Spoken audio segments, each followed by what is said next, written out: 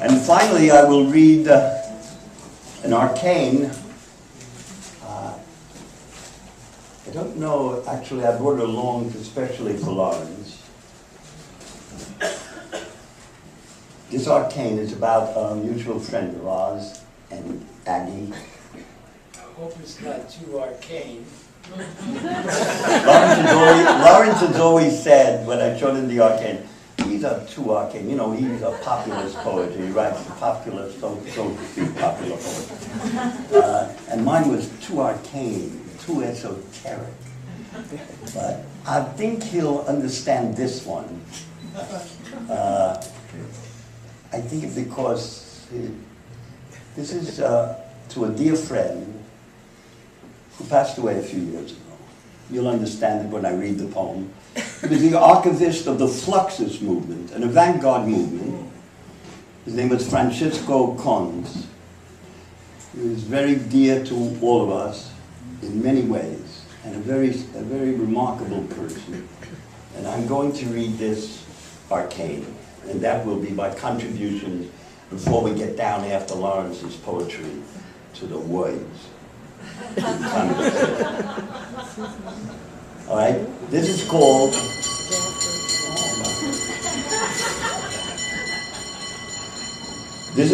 the Fluxus Arcane. In memory of Francesco Cons. 1. Some, hopefully all, live and live out their lives. Francesco Cons was one who existed it. Call it event, call it epiphany, call it what Heidegger called the turn, what Rosso Brigadista Sante Notar Nicola in prison called the turning point. But in one moment, on one fine day, as Kafka wrote of Joseph K., while Francesco worked on a shingle in artisan conformity on his workman's ship, he was arrested by modern art, by the contemporary instant, and thereafter all he did and said, all he strategized or organized was an homage to that moment when the new religion he'd been summoned by demanded he impresario the present as gift of the presence of the artist in the act of the gesture of making the altogether into a naked situation, flowing as flux, as the word Fluxus spelled out in giant letters made of unsinkable tin, painted alternately in red and black, is floating on the surface of the river avant-garde. 2.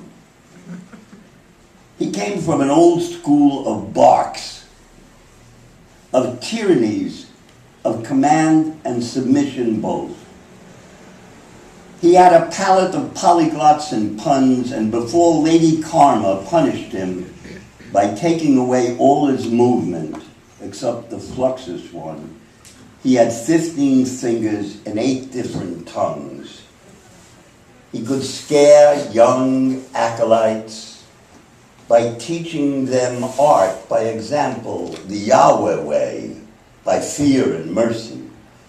And he had one of the most wide-open, receptive bellies for the eruption of laughter at a joke or a pun. He did a great deal for Aggie and me, put us up and put up with us, was generous in the commissions he asked of us, and we all had whoops of joy during them. Me painting a piano slapdash style and then writing words in Cyrillic all over it. Aggie painting and calligraphing a frigo and reading her poetry with Igor Costanzo in a courtyard back of a Bergamo bookstore, while I painted a Volkswagen in black, red, yellow, and white, and then covered it with Russian words. Or the time I suggested we homage Pierre Molinier, an artist whose work both of us love, and the next day at Vicolo Quadrelli, when I came downstairs, there was a rack of 15 white wedding dresses some sheer, others satin, and he wanted me to paint and cyrillicize them as well. You're a good abstract expressionist, Jack, but where you really shine is when you write in Russian, he accurately said one day, between telephone pauses on a call to a museum in Slovenia, or between vodkas and drunken double talk, like when he unzipped and yanked out his cock to Aggie's shock and pissed in the flower pot under the little balcony next to the kitchen. 3. Oh, of a kind one. Oh, one of a kind, who could be rude, crude, but always at the same time an artist for life. For life is all that art is. And he would also be every one of those he collected in a warehouse of 35,000 works of art, including, oh, Meshuggah Fetishment, a bottle of my urine collected and labeled in a kind of ecstatic collectionist moment when the sun couldn't be brighter than my piss. Oh, brilliant, hopelessly broken, and immediately self-willing, self-mending, upstanding man with 12 arms and a dozen legs, all in motion, for art is love, is God. You would have agreed with Wallace Berman, even godlessly, oh brother Bolshevik, as you always insisted to me you were. And to prove your point, look what you've gone and done. Died on us.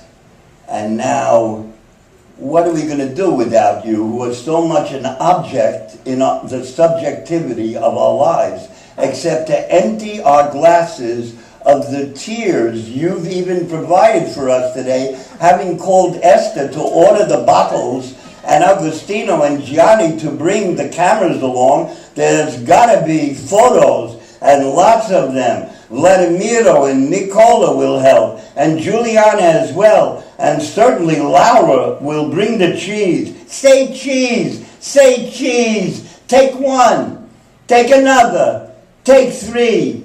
Addio, compagno Francesco. Addio.